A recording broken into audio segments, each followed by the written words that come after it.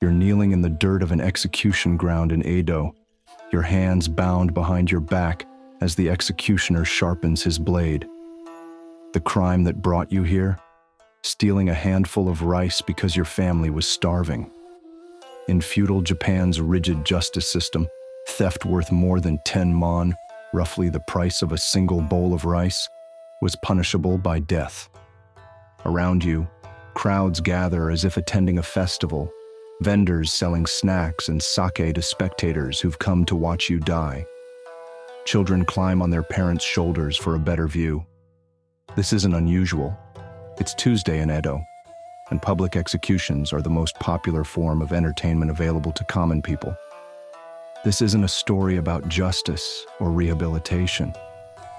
This is the reality of being caught on the wrong side of the law in Edo, Japan, where minor crimes carried death sentences, where entire families were punished for one member's transgression, and where being born into the wrong social class meant a lifetime of persecution that no amount of good behavior could escape.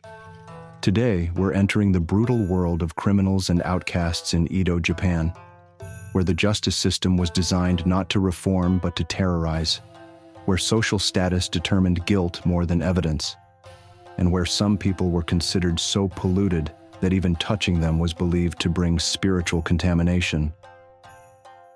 Introduction.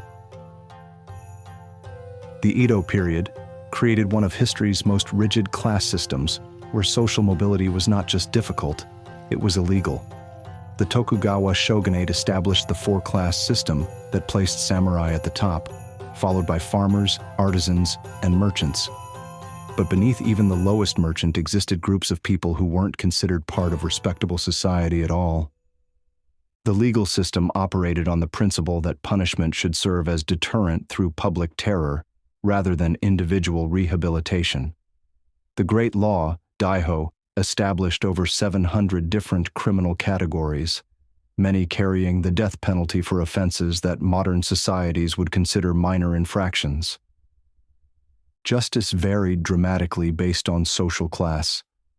A samurai who killed a commoner might face exile or forced suicide, seppuku, while a peasant who showed disrespect to a samurai could be executed immediately without trial.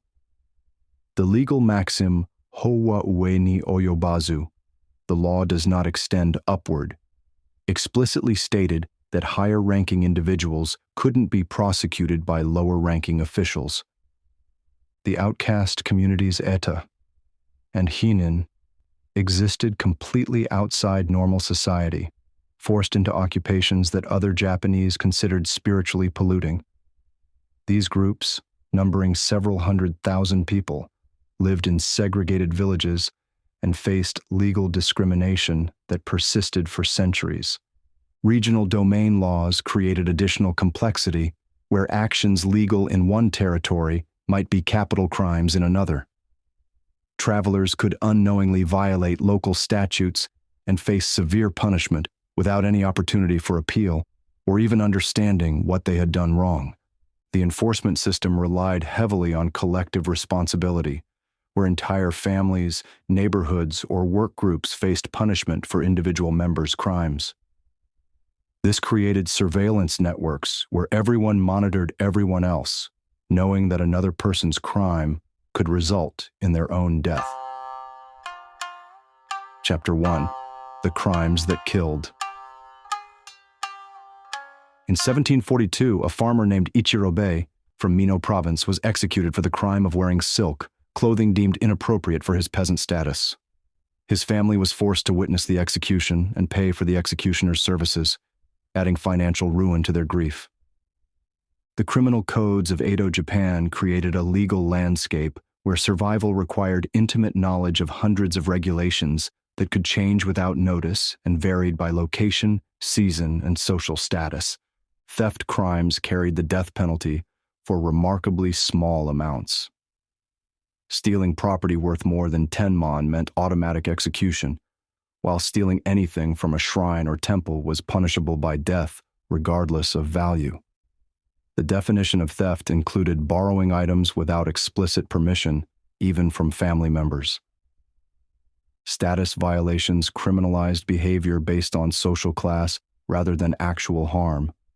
Peasants caught wearing silk, eating white rice, or using umbrellas could face severe punishment. Merchants who lived too luxuriously relative to their official status faced confiscation of property and banishment. Religious crimes included not just obvious violations like Christianity, but also minor infractions like failing to register at approved Buddhist temples or possessing unapproved religious texts. Even asking questions about forbidden topics could result in torture and execution. Sexual crimes reflected rigid gender hierarchies and class distinctions. Adultery by women was punishable by death, while men faced punishment only if they violated class boundaries or married men's property rights. Rape carried death sentences only when victims were from higher social classes than perpetrators. Economic crimes targeted activities that threatened government control over commerce.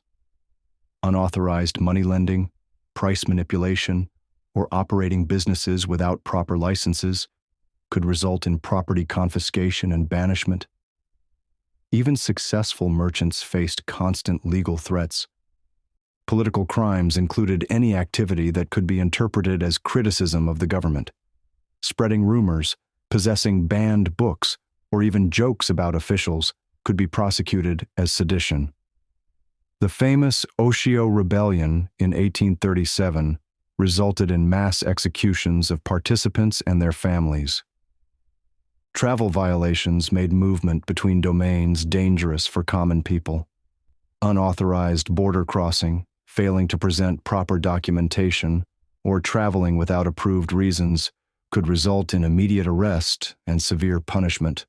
The seasonal crime phenomenon meant that certain activities were criminalized only during specific times of year. Hunting, fishing, or gathering wild plants during prohibited seasons carried harsh penalties, even when people were starving. Sumptuary crimes regulated consumption patterns down to minute details. The types of food people could eat, decorations they could use, and entertainment they could enjoy were all regulated by law, with violations carrying escalating punishments from fines to execution. Chapter 2: The Outcast Communities. In 1859, a Dutch physician named Pompey van Meerdervoort recorded his shock at discovering that in Nagasaki, an entire community of people lived in segregated areas and were forbidden from entering the main city, except to perform specific jobs that other Japanese refused to do. The outcast communities Eta and Hinin represented Japan's most marginalized populations, trapped in hereditary outcast status that affected every aspect of their existence and survival. The Eta communities were primarily associated with occupations involving death and blood: leatherworking, butchering, execution, and disposal of dead bodies. These professions were considered spiritually polluting under Buddhist and Shinto beliefs, making anyone who performed them ritually unclean. Geographic segregation forced outcast communities to live in specific areas, often on marginal land prone to flooding or other natural disasters. These settlements were typically located downwind from main population centers, reinforcing their social isolation through physical separation. Legal restrictions prohibited outcasts from entering temples, attending festivals, or conducting business with respectable society, except under specific circumstances. They couldn't marry outside their communities, own land in regular areas, or pursue education or occupations beyond their designated roles. The leather working monopoly provided economic sustenance for Eta communities, but reinforced their social isolation. They processed animal hides into leather goods essential for samurai equipment, saddles, armor components, and weapon accessories, creating economic dependence that perpetuated their marginalization. Execution duties made Eta communities integral to the justice system while simultaneously making them more despised. They served as executioners, torturers, and prison guards, carrying out the violent punishments that respectable society demanded but refused to perform themselves. Hinin communities included a broader range of social outcasts: entertainers, beggars, former criminals, and people who had lost their social status through various infractions. Unlike Eto status, Hinin status could sometimes be temporary or reversible under specific circumstances. Economic survival strategies within outcast communities created sophisticated internal economies. They developed specialized crafts, operated entertainment services, and created mutual support networks that enabled survival despite external persecution. The discrimination system extended beyond economic restrictions to psychological warfare designed to reinforce outcast status. Regular society developed elaborate rituals of avoidance, purification ceremonies after accidental contact, and social customs that constantly reminded outcasts of their inferior position. Children born into outcast communities faced predetermined lives with no possibility of social mobility. They inherited not just their parents' occupations, but also their spiritual pollution, legal restrictions, and social isolation, creating generational cycles of marginalization. Internal hierarchies within outcast communities created complex social structures where different groups had varying degrees of status and privilege relative to each other, though all remained beneath the lowest members of respectable society. Chapter 3: The Machinery of Punishment. In 1651, the execution ground at Suzugamori in Edo processed over 200,000 criminals over its 220-year operation, becoming so associated with death that even the name caused people to shudder. The ground was deliberately located at a major highway intersection to maximize the number of travelers who would witness the executions and spread fear throughout the country. The punishment system of Edo Japan was designed as theater of terror, where public suffering served to reinforce social order through spectacular displays of state power. Crucifixion, haritsuke, was reserved for the most serious crimes like arson or murder. Criminals were tied to wooden crosses and stabbed with spears while still alive, often taking hours to die as crowds watched and vendors sold refreshments to spectators. Sawing, nokogiri zeme, involved burying condemned criminals up to their necks and allowing passers-by to saw at their necks with bamboo saws. This method could take days to complete, serving as both punishment and public entertainment. Boiling kamayuda meant death in large iron cauldrons filled with water or oil heated over fires. The slow heating process prolonged suffering while providing dramatic spectacle for audiences who treated executions as community festivals. Burning alive, hiaburi, was used primarily for arson, creating symbolic justice where fire criminals died by fire. The process involved slow burning designed to maximize suffering rather than quick death. The torture house, gomanba, employed systematic methods to extract confessions. The stone torture, ishidaki, placed heavy stones on kneeling victims until they confessed or died. The water torture, mizuzimi, forced victims to drink massive quantities of water until their stomachs burst. Public display of punishment served educational purposes.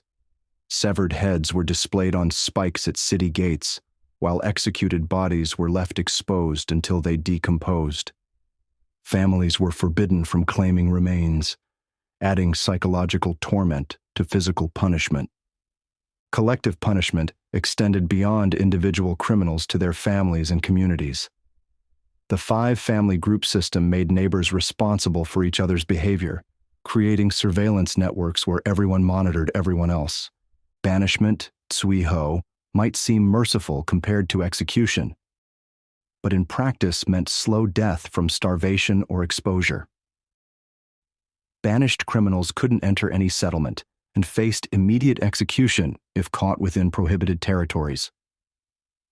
The prison system served as holding areas before punishment rather than rehabilitation facilities. Conditions were deliberately harsh to encourage confessions. Prisoners were chained in uncomfortable positions, given minimal food, and subjected to constant psychological pressure. Chapter 4. Surviving on Society's Margins. In 1823, a ronin named Takeshi Yamamoto wrote about encountering a community of Yakuza who had created their own parallel society with complex honor codes, territorial agreements, and economic systems that operated completely outside official law. The people who survived as criminals and outcasts in Edo, Japan, developed sophisticated strategies for navigating a system designed to destroy them, creating underground economies and alternative social structures. Yakuza organizations emerged as parallel power structures that provided protection, economic opportunities, and social identity for people excluded from respectable society. These groups controlled gambling, prostitution, and informal lending while developing elaborate codes of honor and loyalty. Underground networks facilitated survival through information sharing, mutual aid, and collective defense against official persecution.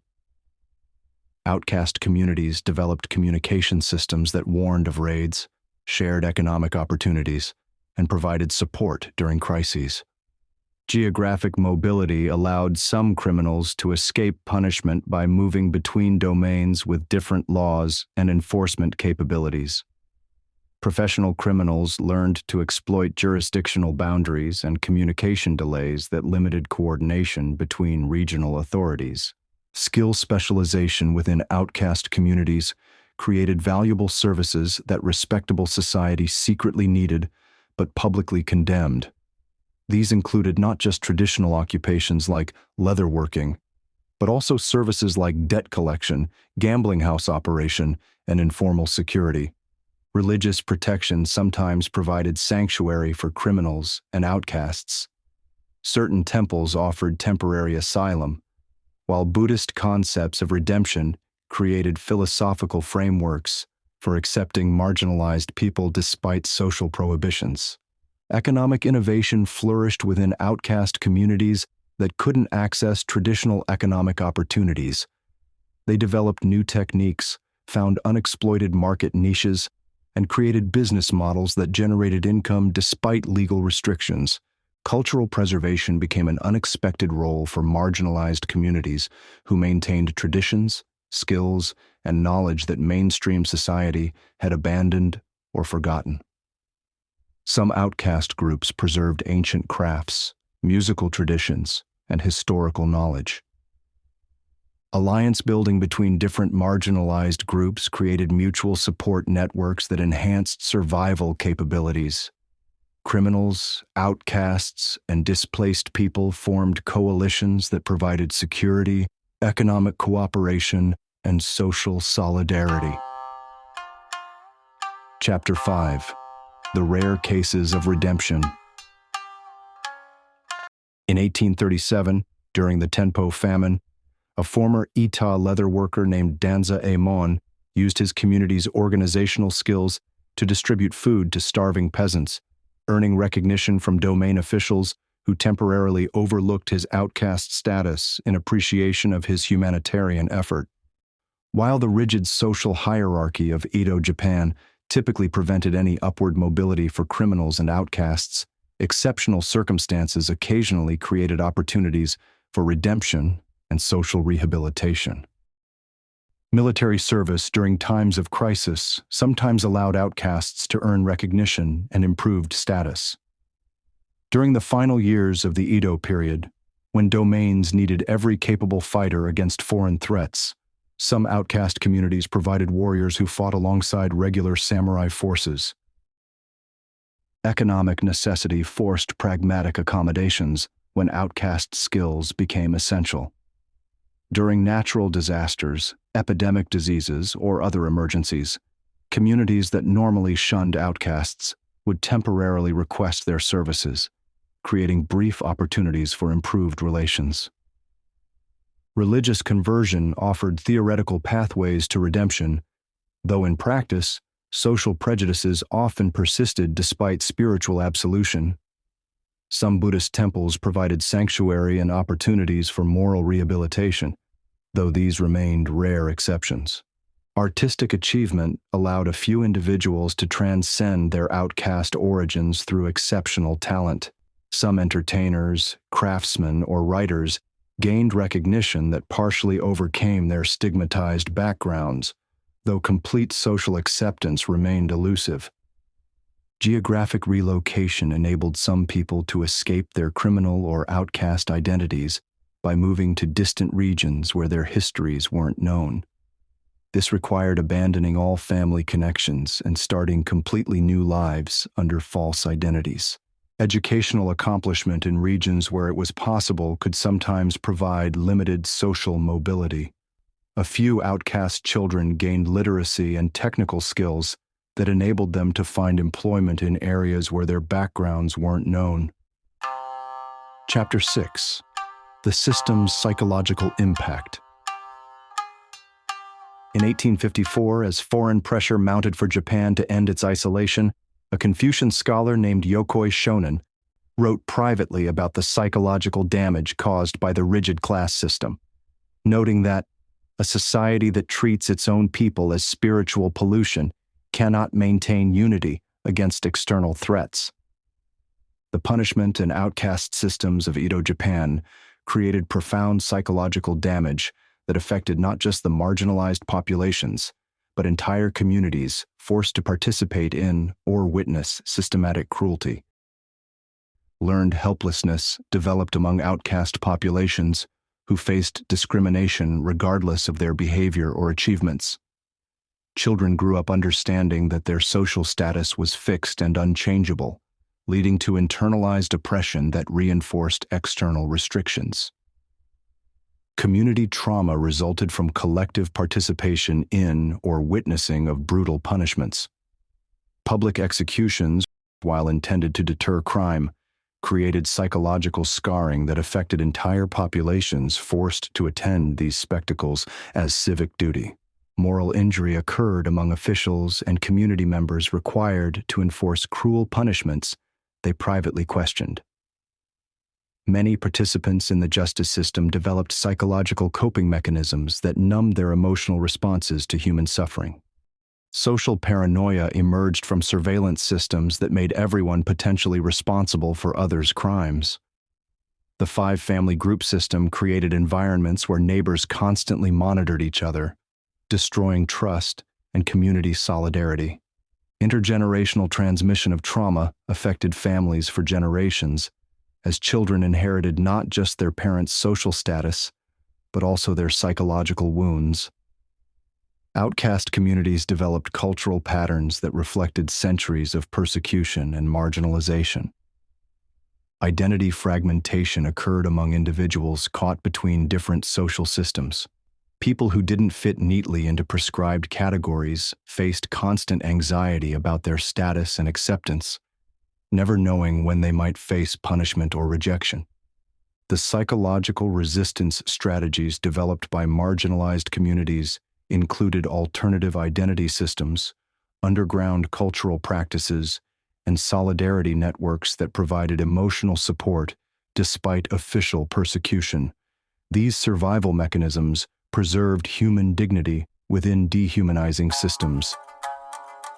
Conclusion. The treatment of criminals and outcasts in Edo Japan reveals a society that achieved stability through systematic brutality, maintaining order by terrorizing anyone who deviated from prescribed social roles. Yet within this harsh system, marginalized communities developed extraordinary resilience and creativity that enabled not just survival, but the preservation of human dignity. The underground networks, alternative economies, and cultural innovations created by criminals and outcasts demonstrated that the human spirit could not be completely crushed, even by the most oppressive systems. Their strategies for survival, mutual support, and identity preservation created foundations that would eventually contribute to social changes in later periods. Perhaps most importantly, their experiences reveal the hidden costs of rigid social hierarchies that damage not just those at the bottom, but entire societies that participate in systematic dehumanization. The psychological trauma, moral compromises, and social fragmentation created by these systems weakened Japan's ability to respond effectively to later challenges. Their legacy challenges us to recognize that social stability built on oppression and exclusion is ultimately unsustainable, and that societies flourish when they include rather than exclude, when they rehabilitate rather than terrorize, and when they recognize the inherent dignity of all human beings regardless of their circumstances. The next time you encounter systems that classify people as expendable or irredeemable, remember the outcasts of Edo Japan, who found ways to maintain their humanity despite living under conditions designed to destroy it. They proved that dignity and solidarity can survive even the most determined efforts to eliminate them. Thanks for watching. If you enjoyed this video, please hit subscribe and like. Your support really helps me move the channel forward. In the next episode, we'll explore daily life of a Buddhist monk in the mountains, where spiritual enlightenment required surviving harsh physical conditions, complex political intrigue, and the constant challenge of maintaining religious ideals within very human institutions.